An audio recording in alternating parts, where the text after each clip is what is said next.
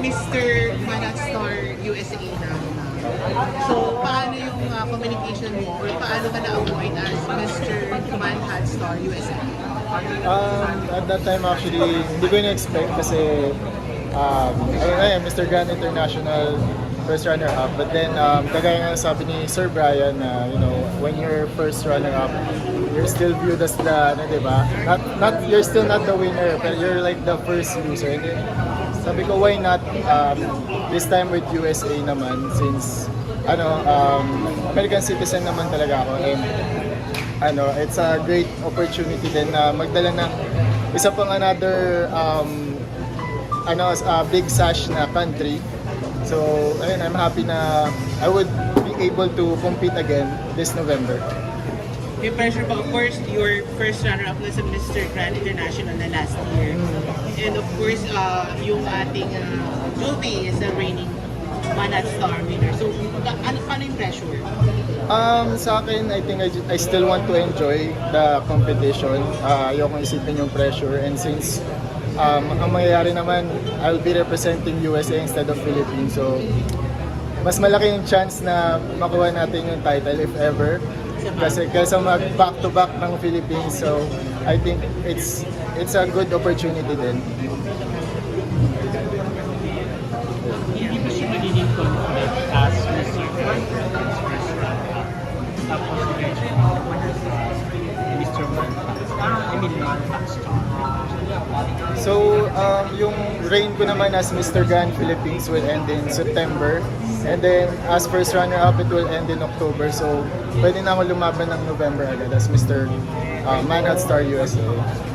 Paano yung preparation mo ngayon? Of course, iba yung atake mo dapat sa Manat Star. So, nag-research na ako about Manhat Star. It's more about modeling. So, talagang mas tinututukan ko yung ko ngayon, physique ko ngayon, and runway. And the interviews, mga Thai naman sila. So, I think it would be easier naman. Paano yung diet? Diet ko ngayon parang more on mas slim kaysa nagpapalaki kasi kailangan natin i-target yung itsura yung tawag doon, yung prototype ng Manhat Star. So kailangan makipagsabayan tayo doon. Of course, you're representing USA, no? Saan ka sa US? Tumira ako in Seattle, Washington for 7 years. Yung father mo yung US citizen? No, actually yung mom ko pumunta doon and then dinala na lang niya ako. So still I'm an immigrant. Ganun.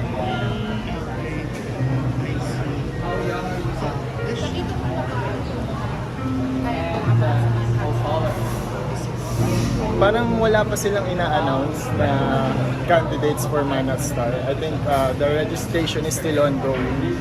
So, tinignan ko lang yung mga previous candidates nila kung ano bang kailangan kong gawin or kailangan kong gawing itsura ko by the time na ipadala ako sa Thailand. Kaya pala yung Manat Star.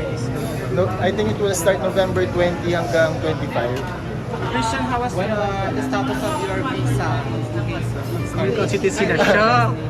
Yeah, so, since US citizen na ako, I don't need visa. So, I have 2 passports. Dalawa yung passport ko, I have Philippine passport and US Dual passport. citizen. So Christian, you will be competing along with another Filipino back then. How would you feel about that? I think mas magiging masaya actually kasi may kakilala agad ako doon na Pinoy na makakausap ko and could relate to.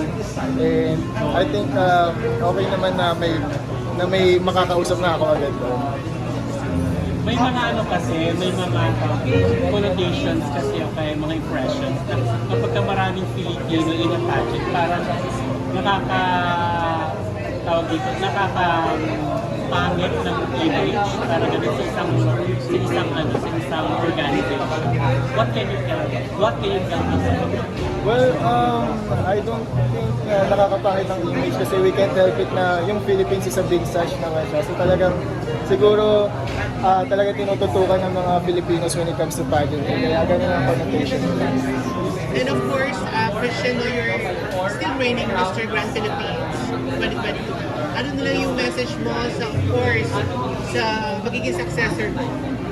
So, yung message ko is, just enjoy the journey.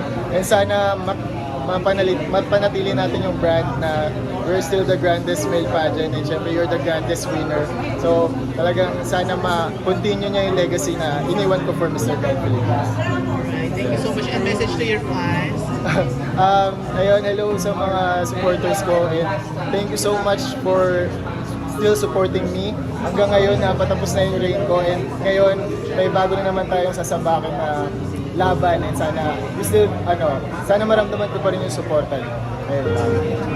Good luck. Thank you guys. Thank you so much.